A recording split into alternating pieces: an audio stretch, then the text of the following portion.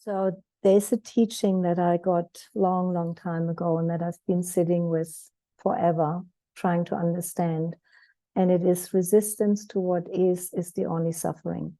It's a very rich, very deep teaching that keeps teaching. Like it's not something that you get and then boom, it's done. So what that means is that when we resist our direct experience in any given moment, whatever that is, we block ourselves from going deeper.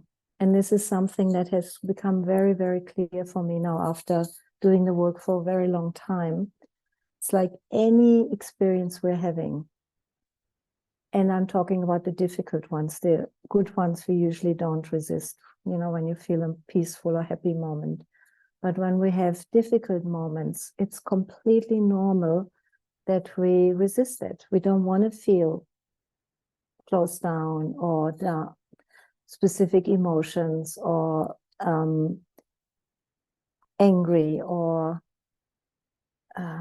whatever. There are many states that we learn to reject and not like. And then when they arise in us, we resist them. And I want to go a little bit into the simple science of what resistance really means, how we actually do that, and how we can undo that. Because I keep saying I'm like a scientist on the inner. I always like to explore things and break them down and teach things that are simple and understandable. And I have two recipes, one for what I call the recipe for suffering and the other one for inner peace. And once understood and applied, they actually work and they're not very difficult.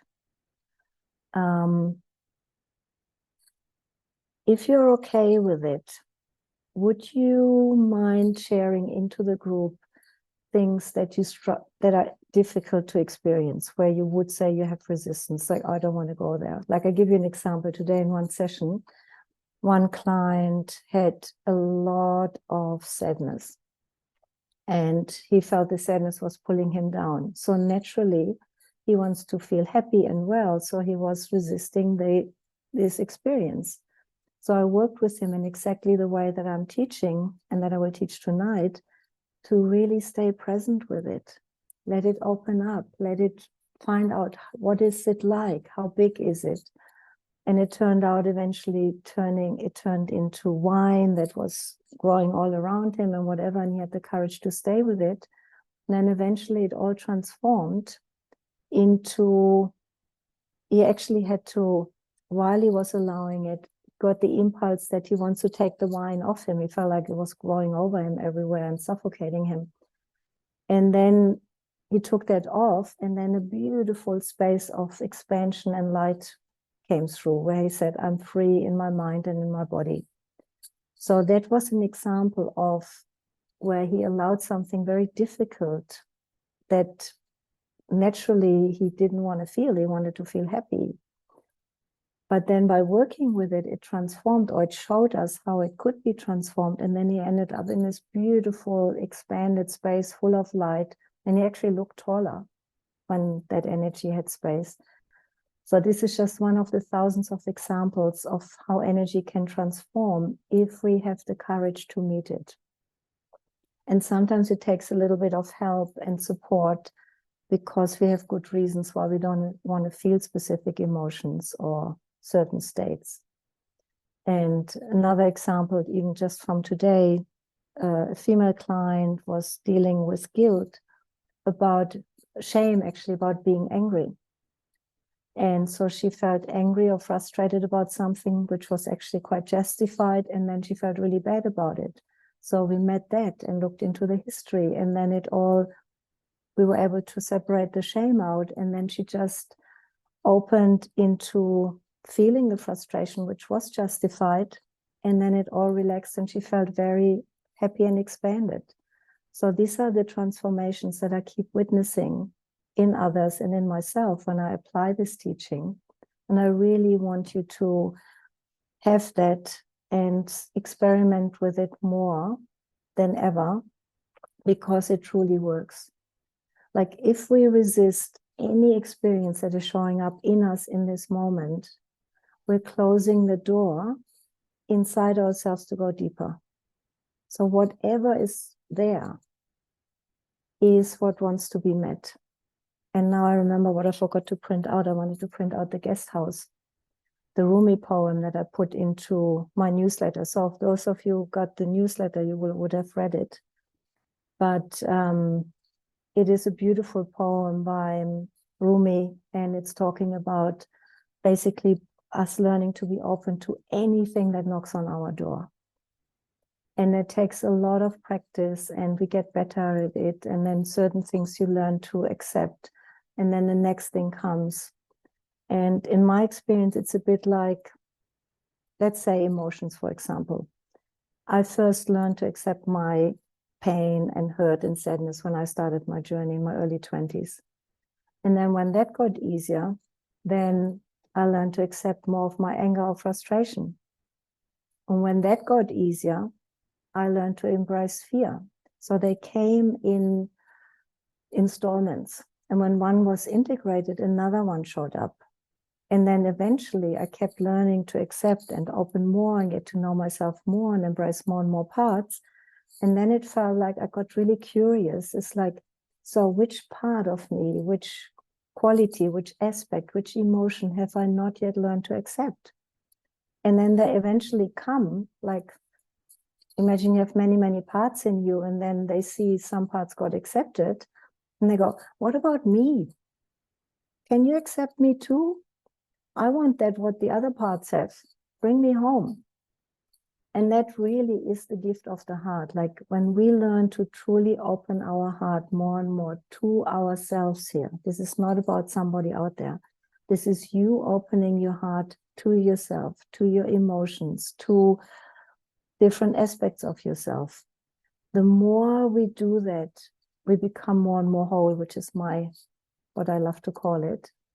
And nothing eventually is fragmented away anymore or cut off or rejected. Everything is allowed to come home. And one very deep aspect in that is, and again, we just talked about that before with Ash, is every emotion that we have has life energy. Every part in us that we think is not okay has life energy. It's all fueled with life energy. And any part we reject or cut off, we diminish our vitality, our life energy. So the more we bring parts, emotions, aspects of ourselves home, the more vital you are, the more uninhibited your energy flow is. So this simple teaching is incredibly crucial. And then the antidote to resistance is acceptance. Really opening ourselves more and more to accepting more and more. Are there any questions or comments or any feedback, anything anybody wants to say right now? All okay?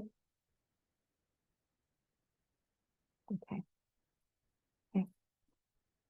So let me talk about these two recipes. And I also, Ashwa, forgot to say that before we can attach that, it's a Word document, send that to the group as a Word doc in an email. Yeah, so you can have that also in a written form. I haven't worked out yet how to use the whiteboard in Zoom. I would pin it there. I don't know how to do that yet. So I'm going to talk you through it, but you'll get it. So they, Jules just texted something. Yeah, terror, fear, grief, rage, shame. Yeah, good combination. Very typical ones. Yes. Okay. So the first recipe, which I call the recipe for suffering, is this. So imagine any of the emotions you're struggling with. Let's take sadness because that's an easy one. Many people struggle with fully accepting their sadness or pain or when they're hurt. So I'm going to take you through this if you would reject that. So how to suffer? Very scientific. Say no to the feeling. Listen to your mind, warning you about what might happen if you did feel sad.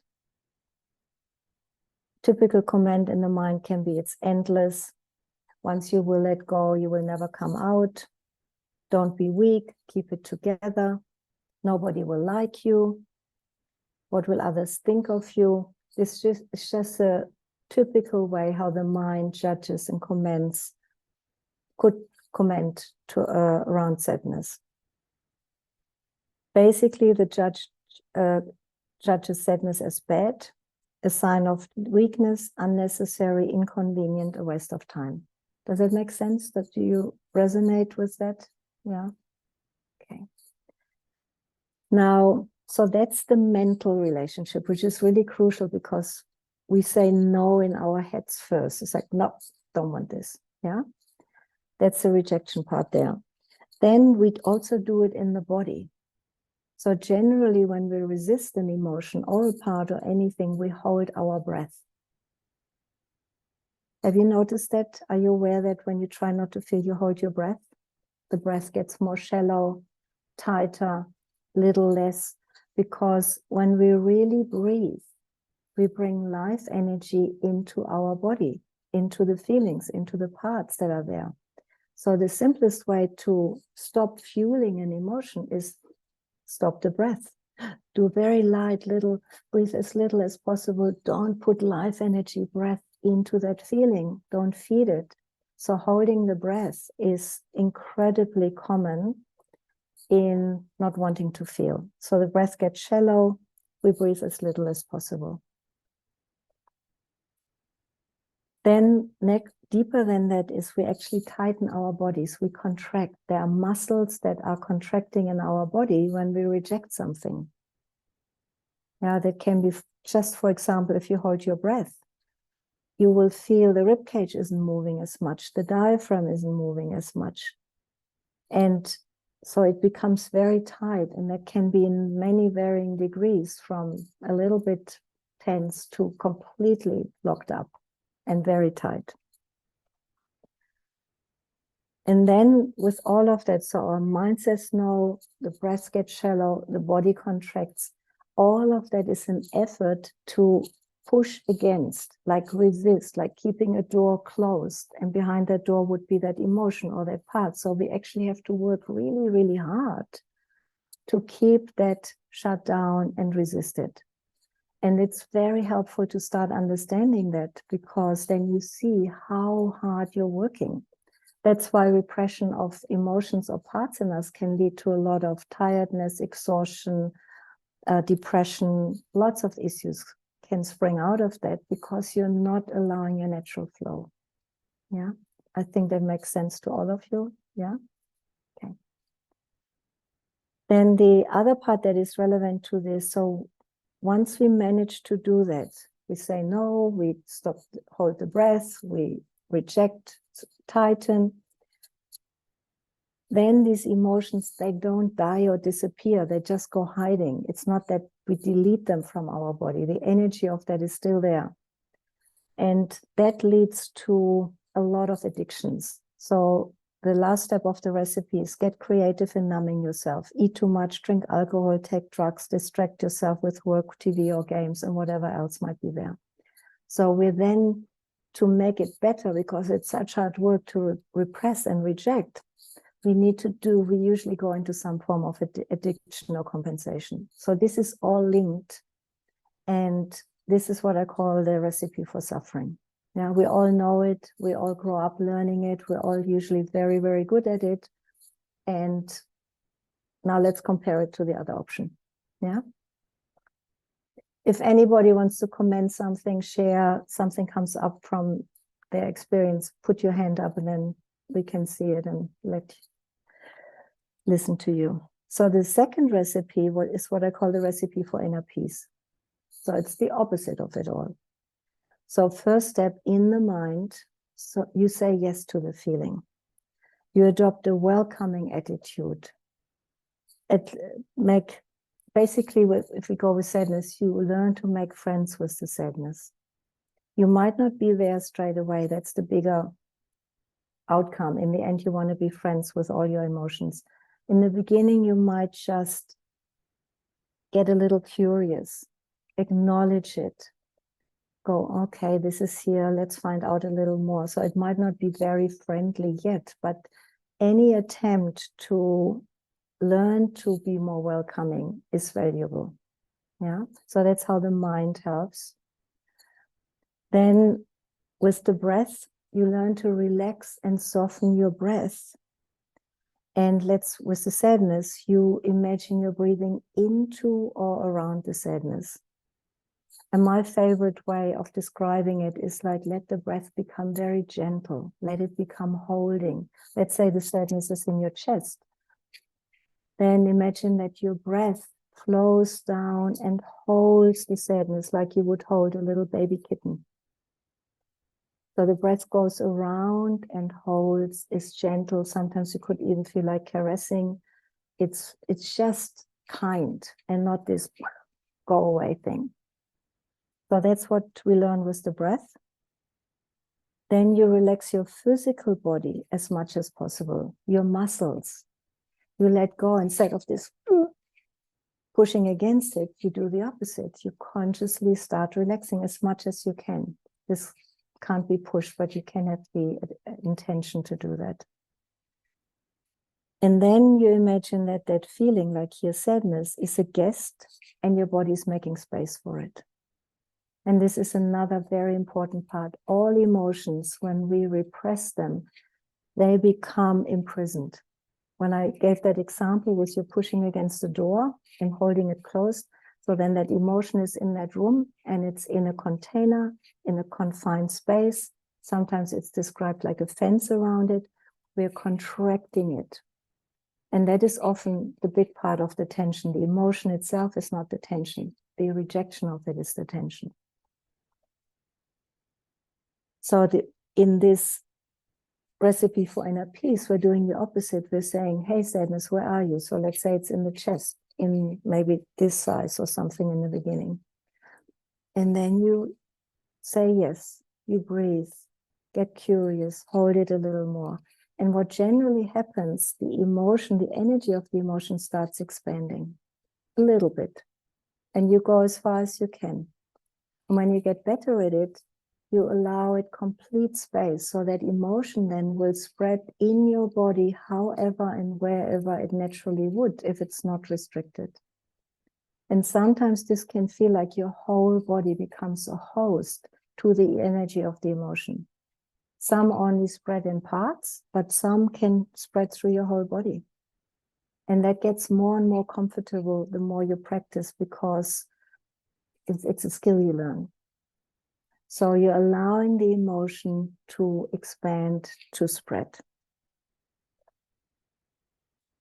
And then another piece that is linked more to understanding how emotions work. Every emotion, once it's allowed and expands, is like a wave.